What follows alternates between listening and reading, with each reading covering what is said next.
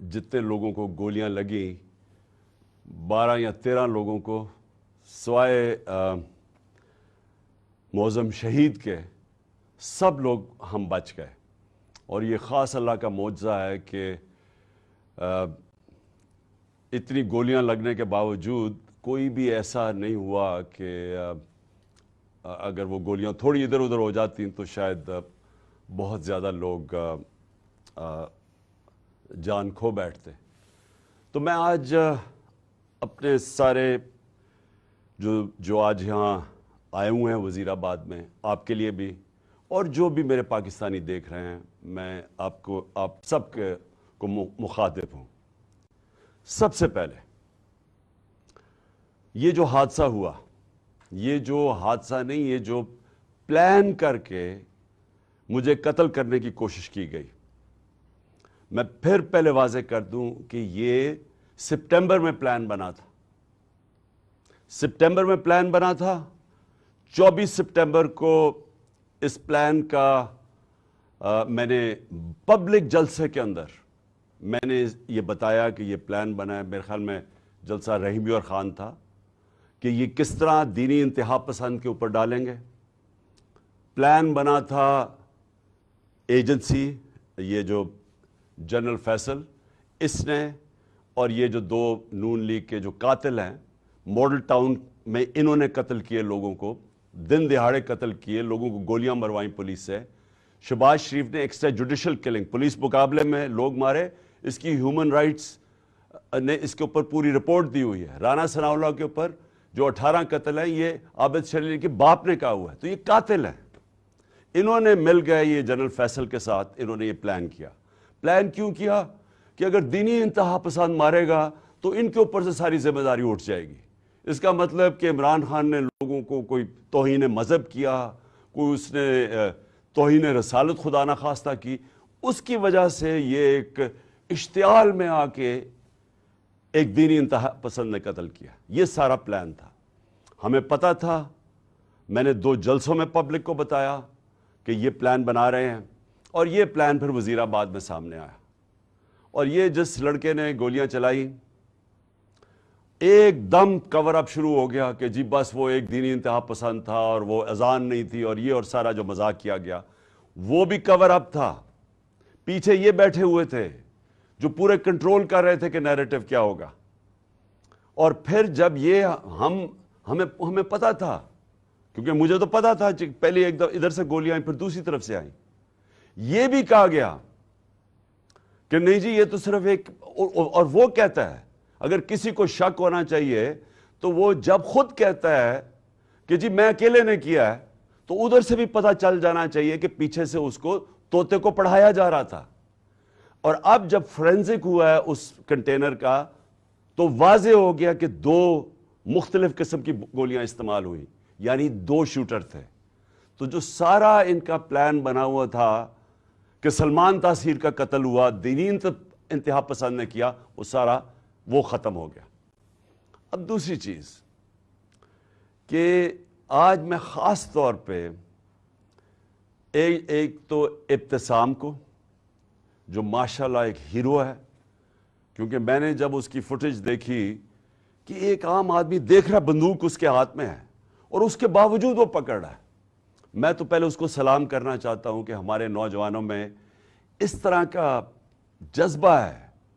यानी ऐसे हमारे नौजवान हैं जो कि अपनी जान खतरे में डाल के और वो बचाने की कोशिश कर रहे थे। और मुझे तो, मैं तो इसको अब मैं क्या कहूँगे, शुक्र है, मैं तो इसकी वालदा का भी शुक्रिया अदा किया कि आपने ऐसे अपने बेटे को तरबियत की है।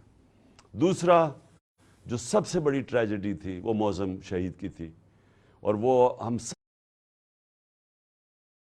सबसे देखी नहीं गई वो तस्वीरें कि 3 बच्चे उसके बैठे हुए हैं और बाप को जगाने की कोशिश कर रहे हैं। और मैं फिर से कह रहा हूं कि हम इंशाल्लाह पूरी जिम्मेदारी उन बच्चों की सारी ज़िंदगी तक लेंगे। अब मैं अपनी सारी कौम से जो 2-3 आज बातें करना चाहता हूं।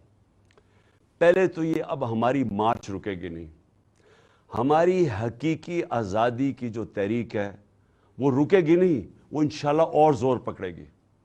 کیونکہ یہ جو اس کے بعد ہوا, میں اب میرے ذہن میں کوئی شک نہیں کہ جب تک اس ملک کے اندر ہم انصاف نہیں لے کے آئیں گے, ہم حقیقی طور پہ آزاد نہیں ہوں گے.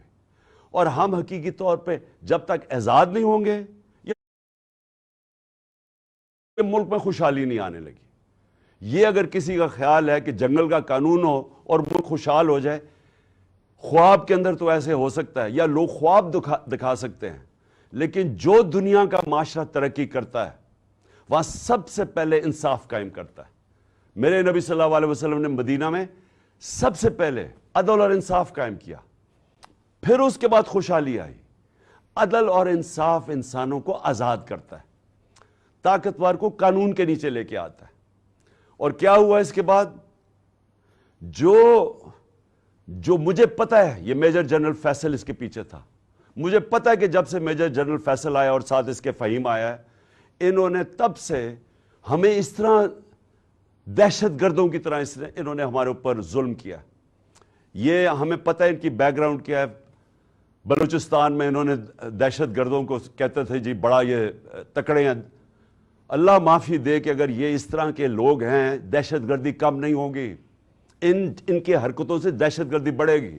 جو ہمارے سے انہوں نے کیا ہے, جو صحافیوں سے کیا ہے, جو ارشد شریف سے انہوں نے کیا ہے. ارشد شریف کی مجھے پتا ہے, ارشد شریف جب مجھے کہہ رہا تھا کون کون اس کو دھمکیاں دے رہا تھا, جو ملک سے باہر گیا ہے, اور ارشد شریف میں بعد میں بات کروں گا. اس سے پہلے اعظم سواتی سے جو انہوں نے کیا, یہ جب سے یہ آیا ہے میجر جنرل فیصل, تب سے صحافیوں کو, سوشل میڈیا کو, ٹی وی چینلز کو دھمکیاں کہ جی عمران خان کی پروجیکشن نہیں کرنی. اور تب سے انہوں نے فیصلہ کیا کہ یہ اب ہمیں جس طرح دہشت گردوں کو خوف دلاتے ہیں, دہشت دلاتے ہیں, وہ انہوں نے ہمارے ساتھ کیا. یہ جو ایف آئی آر رجسٹر نہیں ہو رہی, میں پاکستان کا ایکس پرائم منسٹر ہوں, میں سب سے بڑی پارٹی کا سربراہ ہوں, میں اپنی ایف آئی آر رجسٹر نہیں کر سکا کیونکہ میجر جنرل فیصل کا نام آ گیا. یہ کوئی ایسا آدمی ہے جس کے اوپر پاکستان کے قانون نہیں لگتے ہیں.